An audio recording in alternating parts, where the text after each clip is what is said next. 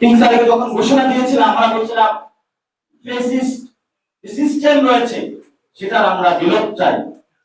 সেই সিস্টেমের যে হাতিয়ার রুলবুক সেটা হলো এই সংবিধান। এই সংবিধানে বাঙালি শব্দ বলে আমার পাহাড়কে অন্য দেশের হাতে তুলে দেওয়ার চেষ্টা করা হচ্ছে। পাহাড় আমার, সমতল আমার, বাংলাদেশের প্রতিটি গাছ পাখি তরুলতা থেকে মাটি থেকে শুরু করে সবকিছু আমাদের। বিদেশি শক্তির হাতে যদি কেউ তুলে দিতে চায় আমরা সেটা কখনো মানব না।